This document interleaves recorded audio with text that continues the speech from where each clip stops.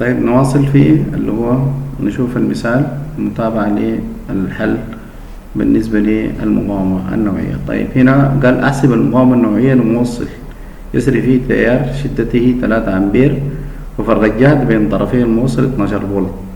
إذا علمت أن طول الموصل 150 سنتيمتر وسعة مقطعه اللي هو 0.2 متر اللي هو مربع. طيب المطلوب مننا إيجاد المقاومة النوعية اللي هو موجود لنا إيجاد اللي هو الرو. المقاومة النوعية ما موجودة. طيب ايه المعطى في المسألة؟ معطينا أول شيء اللي هو شدة التيار اللي هو I. شدة التيار اللي هو معطى اللي هو 3 أمبير اللي هي شدة التيار.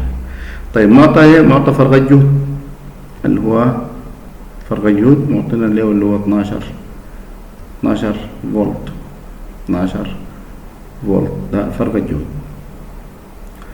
بين طرفين الموصل. قال إذا علمت أن طول الموصل اللي هو كم 150، عندي الطول اللي هو L يساوي 150 سنتيمتر. 150 سنتيمتر.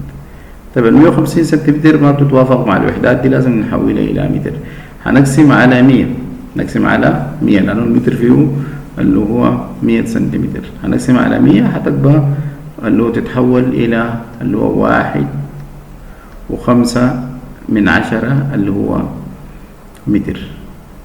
ده المعطيات الموجودة عندي، بالإضافة لي اللي هو عندي مساحة المقطع بتاعي اللي هو الاريا. مساحة المقطع اللي هو تساوي 0.2 متر تربيع، لأنه عبارة عن مساحة. المساحة دي قد تكون دائرية، تكون مستطيلة، تكون مربع، بأي شكل على حسب مساحة المقطع. كلنا بنعرف إنه الآر بتتناسب طرديا مع طول السلك وعكسيا مع مساحة المقطع. لما نضرب في الثابت بيكون اللي هو رو هتكبر رو اللي هو فيه اللي هو طول السلك على اللي هو مساحة المقطع، لأن مساحة المقطع اللي هو علاقة عكسية. طيب لما نضرب ضرب تبادلي هيكون عندي الرو في طول السلك هتساوي اللي هو المقاومة بتاعت الدائرة في اللي هو مساحة المقطع. من هنا ممكن نتحصل على علاقة اللي هو رو اللي هو المقاومة النوعية. نقول رو هتساوي نقسم على طول السلك، هيكون عندي اللي هو الار مضروبة في مساحة المقطع على اللي هو طول اللي هو الموصل.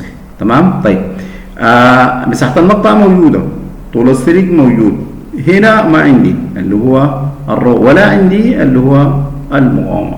طيب نرجع لقانون اوم بنوجد منه اللي هو المقاومة تساوي اللي هو فرق الجهد الكهربي على اللي هو شدة التيار. طيب فرق الجهد عندي معطى اللي هو كم؟ عندي 12 ده فرق الجهد. نقسمه على اللي هو على التيار اللي هو 3 أمبير، هتطلع لي المقاومة اللي هو عبارة عن 4 اللي هو أوم. 4 أوم دي المقاومة. نرجع نعوض وين؟ نوجد اللي هو قيمة اللي هو الرو بها كل المعطيات موجودة، معوض تعويض مباشر.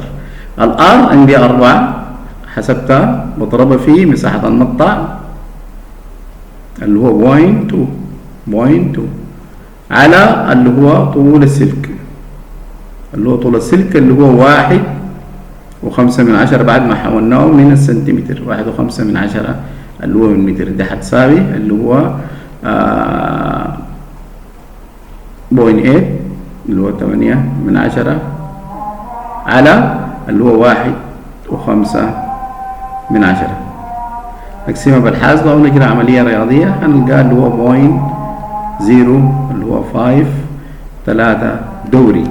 دي اللي هو دي قيمة، ده مقدار اللي هو المقاومة النوعية. اللي هو المقاومة النوعية الرو هتساوي اللي هو 0.05 اللي هو 3 ووحدتها اوم لكل متر. اوم لكل شنو؟ اوم لكل متر.